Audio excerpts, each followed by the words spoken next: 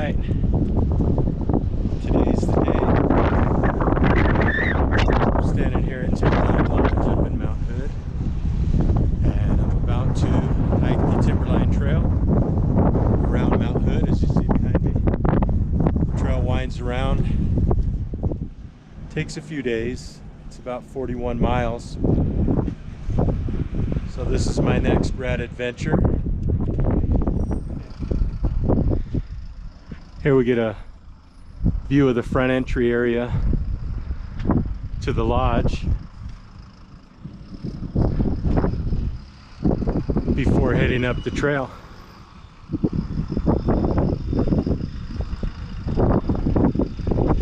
There's a nice restaurant in the lodge area. Obviously there's accommodations. If you can find a reservation, you got to look ahead of time. If it's last minute, you may be able to go to like online or a hotels.com or something like that. As you leave the Timberline Lodge, the first thing it does is take you up a steep incline, and there's a paved pathway. But you'll see the marker here, Pacific Crest National Scenic Trail, number 2000. To the north or to my left, Canada is 550 miles. To my right or to the south, Mexico is 2,108 miles. So Pacific Crest Trail connects with the Timberline Trail right here at the Timberline Lodge. And they both stay together for about 15 miles or so. And then Pacific Crest Trail will split off to the north, and Timberline Trail on the northwest side of Mount Hood. Timberline Trail will split off to the right and hug the back side of the mountain heading towards Cloud Cap. You can see the peak there and the summit, and behind me is the lodge where I just came up from. But in the distance you can see Mount Jefferson. As you head west from the lodge to begin the trail, it just kind of winds its way along. There's not much elevation change immediately, but you can see the ski lifts here. This is the second one that I'm passing. Mount Hood remains in operation pretty late into the year. A lot of the ski lift operations close in March or April, depending on where they're at. Up here, they're operating well into July and August. They're not operating right now, but I'm not sure how big of a break they'll have. But we start at about 6,500 feet elevation, and there's quite a bit of elevation changes throughout this hike around the Timberline Trail. And so we may drop as low as 3,000 or 3,500, but we will also climb back up as high as about 8,500 feet elevation. The summit of Mount Hood is well over 11,000. I'm not sure the exact number. It's like 11,427. But that's just me guessing. I know it's somewhere in there. So my goal today is to work my way around this end on the southwest side, and there's a plateau by Zigzag Mountain near Paradise Park. I'm going to try to get past there and drop down Zigzag Mountain. Hopefully I can set up camp near the Sandy River, and we'll see how that goes. Early on you'll see a few turnoffs. Right here it says Mountaineer Trail number 798, and so some people do register to hike the summit, the climbers, and you don't want to make a right or a left turn here because you'll end up in the wrong direction.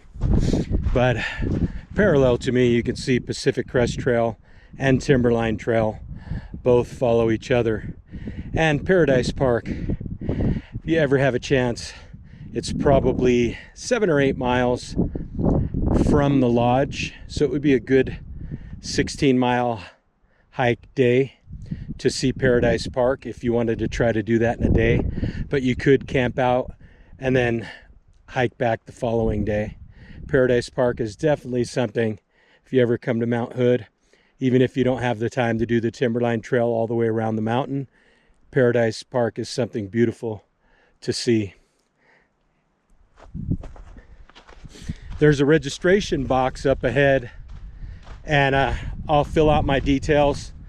The registration box is your permit for the hike, just in case you get lost. Never forget to fill out your details and the details of what you plan for your trip, where you plan, or how many nights you plan to stay out in the wilderness. So it's definitely important to fill those details out.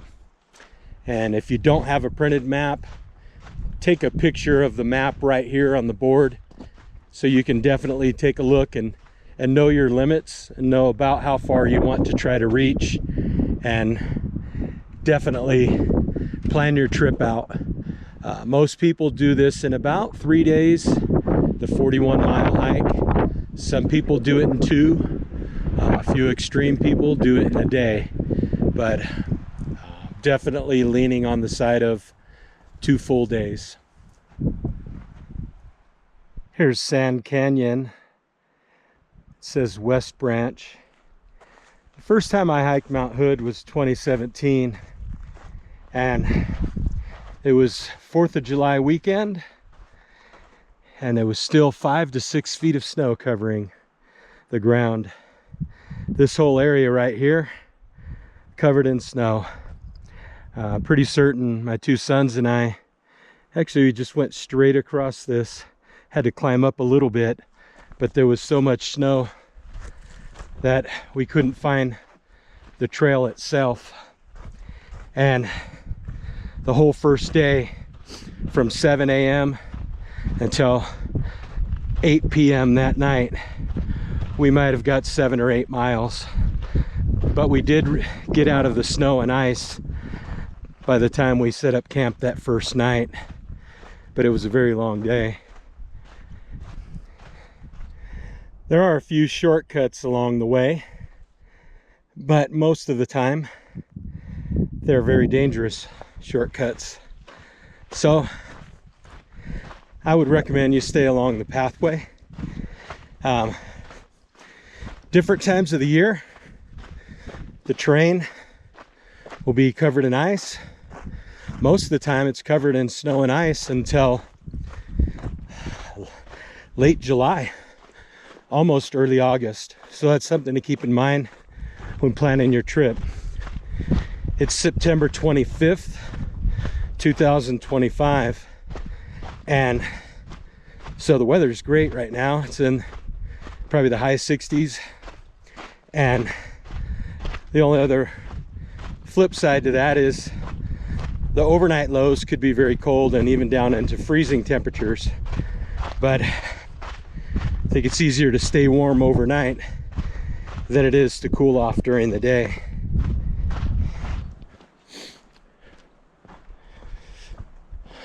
Along the Timberline Trail and Pacific Crest, from time to time you'll see little clearings like this. And while we're still closer to the lodge, there are different areas you can camp, and you can set up wherever you see a flat spot. You just don't want to go off too far into the wilderness, but you'll see clearings and things like that that you can use. This is an area where, as you descend, you'll start to see a lot of switchbacks. Now, these are not the normal switchbacks. Some of these you might go a half mile before you switch back on your way down or around one of the ridge areas. So you get a good mix of sunlight and then shade, and then it'll cool off before you come back out of the woods on the other side and back into the sunlight again. So it's a really nice, really scenic route. Just want to make sure you plan with enough time to enjoy all that you're going to see along the way. As I come around the southwest side, Get our first glimpse of Mount Hood from this angle. And you'll see some steep ridges off over here to my left. And we'll cross that ridge. There'll be another really steep ridge, and that's where Zigzag Mountain is. We'll have to wind all the way down, cross the Sandy River, and head over towards Ramona Falls and work my way all the way back up the ridge around the other side there. So nothing goes straight here. Everything goes zigzag and back and forth to work your way around and get back up to the other side of the ridges. Well, I came around to the southwest side. There's a little summit here. You can see Mount Hood summit there. You see the ridge here drops way down into this valley. The trail continues over this way to the left, and it'll wind its way around for a ways before you drop down what is called Zigzag Mountain to Sandy River.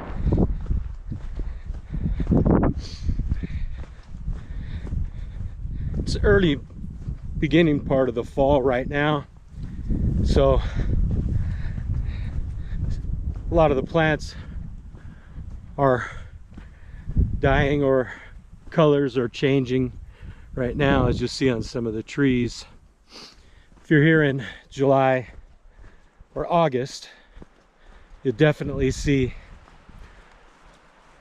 more plants, more flowers. But you'll see this ridge, as I pointed out a minute ago, we're working our way down this ridge.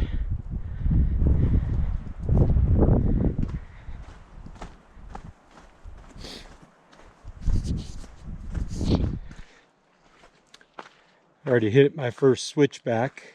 I'm kind of winding my way down towards the water. It'll be the first water crossing. This one's not a big water crossing, but it's on the way towards the Sandy River, which is a little bit bigger water crossing. One thing to note is it's always better when there's a bigger river with heavy water flow. It's better to do the river crossing earlier in the day or in the morning before the sun comes up and the heat of the day. Oftentimes there's a lot of snow melt and the water flow will be a lot faster and a lot more dangerous later on in the day.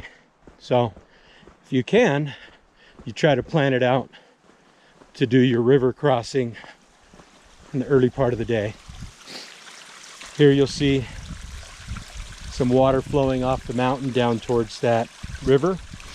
And you can see little pockets where the water flows right under the walkways. So there's all kinds of terrain you have to watch out for: mud, rock, tree branches, things like that. Just want to be careful and wear some good shoes so you don't twist your ankle. See the terrain here as I'm descending towards the water still. Very rocky terrain. You can see some loose rocks like right there that are hanging down. So the trail is very unpredictable.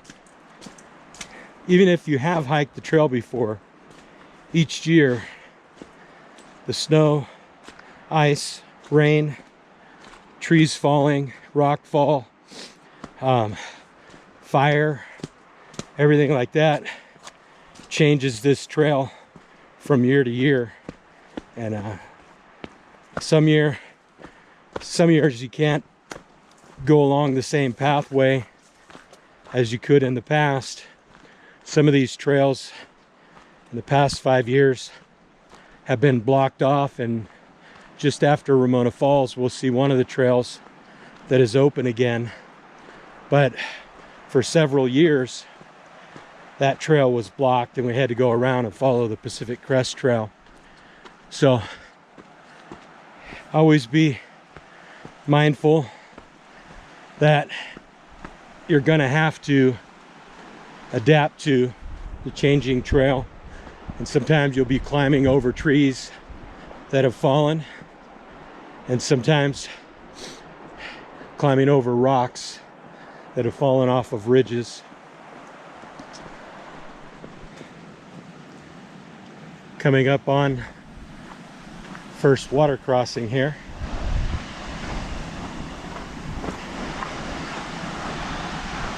When you come up on a waterway, oftentimes you'll see little stacks of rocks, and they're called cairns.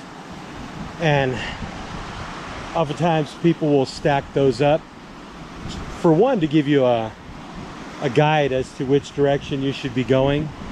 But most often you'll see them after you cross the waterway as a guide to where the trail continues. Sometimes it's an easier route to cross the water, but always it's the pathway, so that you know which direction you need to follow. So you could see a log right here, like people have maybe used that or marked an area out. Down lower, looks like this is probably a safer crossing, but again, depending on your shoes, you know, you have to have waterproof shoes. The other thing to keep in mind is undo your buckles on your chest and your waist before you cross the water. People have drowned because they didn't unhook themselves before crossing. So definitely important, make sure you unhook before you try to cross the waterway. Because if you fall, you want to have the ability to get out from your pack and not have it drag you under the water. Now this may not be a steep waterway, but regardless, just make it a habit. Unhook your buckle at your waist and your chest to make sure you can sling that pack off. I'm going to try to cross in this area here. Looks like it's a shallower area. I'm sure I'm going to get my boots a little wet, but I'd rather take that risk and get my boots a little wet than to have to fall from a steeper area. So definitely got to plan your steps out and look at where your next step's going to be.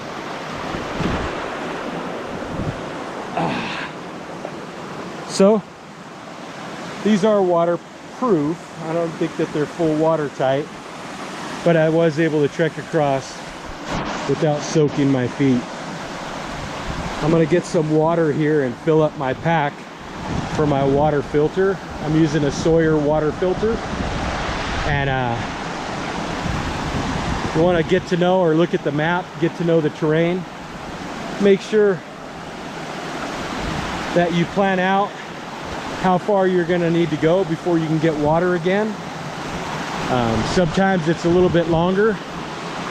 At the end of the summer, you might have fewer options because Mount Hood is a glacier. So if it's July or August, you'll probably have plenty of opportunities to get water.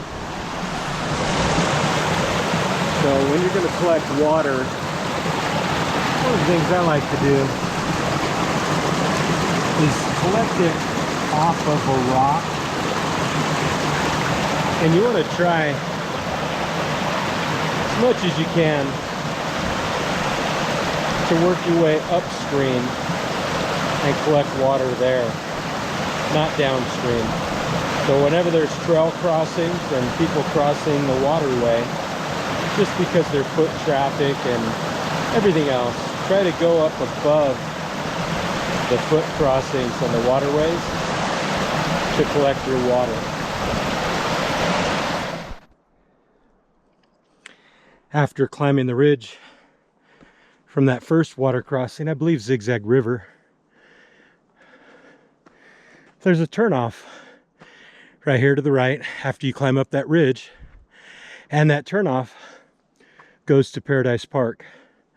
Now the views are really spectacular. It is a bit of a climb at this south end if you go this way. Depending on what you're trying to do, if you're just going to Paradise Park, it's not a bad route. If you continue straight on the Timberline Trail, you'll come to a plateau right about that area or just prior. There's a turnoff to the right before a ridge, and it goes up to the far end of Paradise Park. Now I've entered from that side and looped and came back and returned here back to the lodge. That's 8 miles in and 8 miles back to the lodge. So depending if you wanted to do a 16-mile day hike or 8-mile with an overnight camp and then an 8-mile return. There's a really nice meadow along the base area of Mount Hood with a good view. It's a really great place to stay if you were trying to do a 2-day hike, 8 miles each. It's a really great place to camp. It's like a sandy, flat meadow area with a really good view. So it's a bit of a climb with one switchback after the turnoff to Paradise Park, but now it's a little more gradual climb. I could see the daylight and the edge of the trees in the distance. Oftentimes you'll think, I almost made it to the peak, and then it'll turn back the other way and you still got more climbing to do. So not certain how far ahead to the peak of this ridge is, but the steepness of it has decreased. So it is a little bit steep right after the turnoff to Paradise Park. And then after the switchback, it kind of lightens up a little bit. So as I reach the top of this ridge, the trail continues to the right, but there's a nice viewpoint here. Look like this could be a great camp spot. The view, Mount Jefferson in the distance, that way.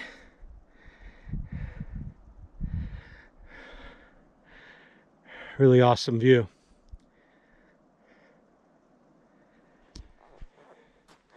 As you come up on this trail marker, you'll see Paradise Park up to the right, and to the left, Trail 776, part of Paradise Park Trail, all the way down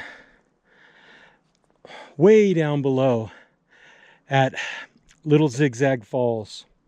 I've done an episode on a hike up there and one of the Discovery scenery videos. This Paradise Park Trail, you can connect to it from down below. Now obviously if you're coming straight up instead of starting at the lodge, you'd have a lot more elevation to gain. Working our way around the west side, you get little pop-out viewpoints like this. The mountain in the background. I still see a lot of mushrooms along the side of the pathway. I wouldn't know what type of mushrooms they are, but a lot of times they're really close to the trail. You can see where people have kicked them, maybe not intentionally, but they get kicked and broken.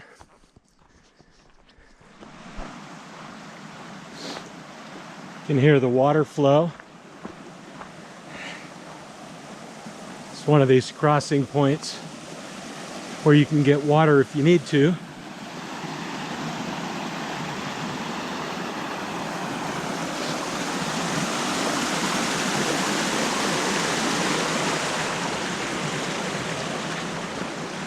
But definitely, sometimes you'll hear water flow and it'll actually be the top of a ridge where the wind is blowing.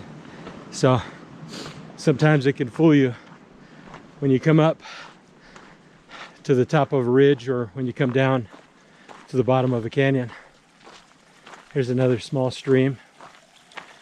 One of the nice things is that along the south and southwest, a good part of the north side, there's a lot of opportunities to get water. Sometimes on the north or northwest side, after Cloud Cap and Cooper Spur area, there's long stretches where you might not be able to get water. By long stretch, I mean, you know, anywhere from 5 to 7 or 7 to 8 miles.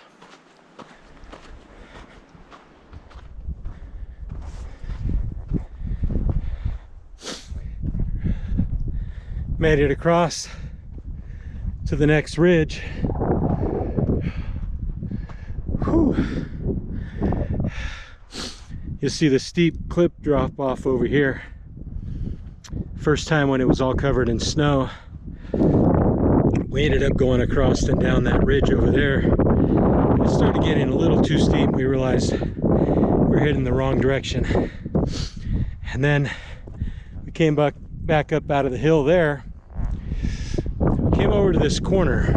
It doesn't look like there's a pathway here, but this is a little pathway along this ridge, and it winds its way around to the other side.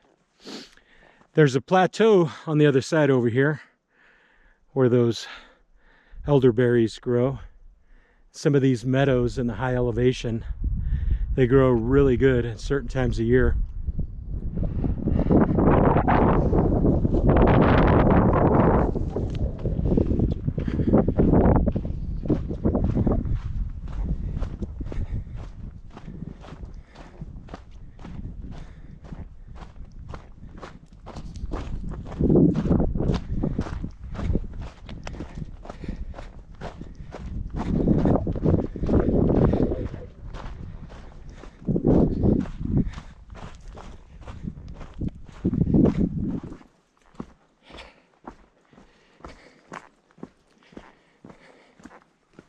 Another one of those areas. You see some massive rocks that have tumbled down from up above over time. As long as today isn't that time.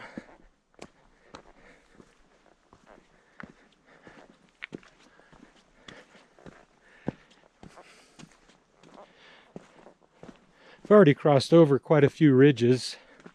Each time you work your way down to a low point where the water flow is, you have to work yourself back up to the top of a ridge again on the other side. So some of these video clips might look like you're walking through a meadow the whole time, but in reality, it's a series of switchbacks, working your way down to a low point or a waterway, and then climbing your way back up out of it to the next ridge. And you keep doing that around the mountain for about 41 miles, and you get back to the lodge again.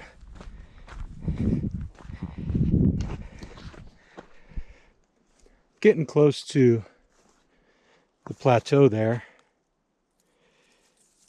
I'm seeing some of these berries pretty small, so I'm not sure what to expect, but right now I'm seeing some, but they're not very big, so we'll see. Maybe as we get closer to the open sunlight area, I might find some larger berries. When you come through this area in certain times of year, you'll see people that actually hike out here with several quart or half-gallon size sealable containers, and they'll bring them along just to fill them with elderberries and take them back to make jam or pies. And so if you happen to come out here, take a hike on the Timberline Trail and see people carrying containers, try not to be harsh, don't judge. The berries are pretty good. I've eaten them right off the vine and or right off the bush, and they're not bad at all. So right here is Paradise Park Loop. So this is the far end, I would say on the northwest, not quite north, but northwest side at the end of Paradise Park Loop. Earlier I pointed out where that trail takes off from Timberline Pacific Crest, and this is where it comes back in.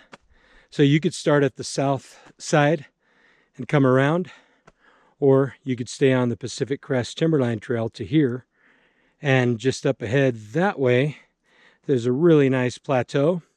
You can hike out here and stay the night, camp out, and have a beautiful view of the mountain in the morning, and then take Paradise Park Loop back to the lodge the next day.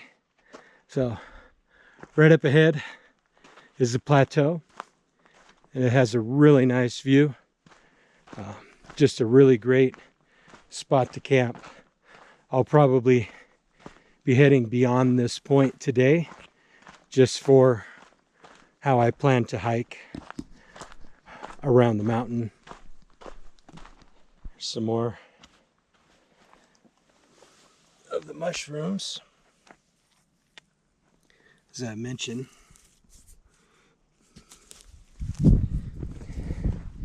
As you come down this last little slope towards the ridge, you can see all the leaves on the west side over here have already turned orange and red and yellow. But the trail continues right here to the left. You'll kind of see this little area here. You can cut through some of these areas where you've seen people do it already, and you'll see little sandy areas in here that are good spots if it's late and you need a place to camp.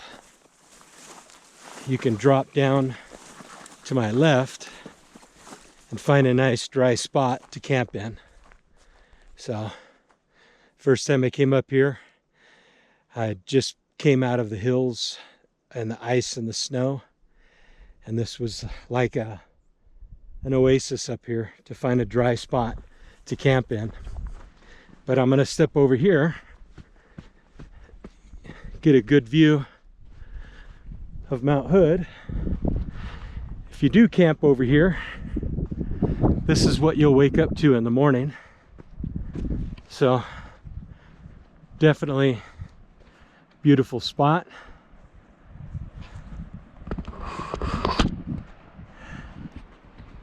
And made it to the first meadows at the top of Zigzag Mountain. I'm going to continue on from here. It'll wind its way down towards the Sandy River, which begins somewhere out here in the mountain, actually. You'll see waterfalls in the hillside over here. Just beautiful scenery.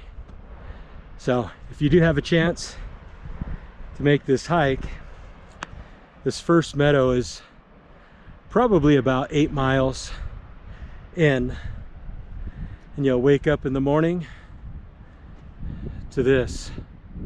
And all this area here, in the right time of year, you will find blueberries along the pathway just below here. So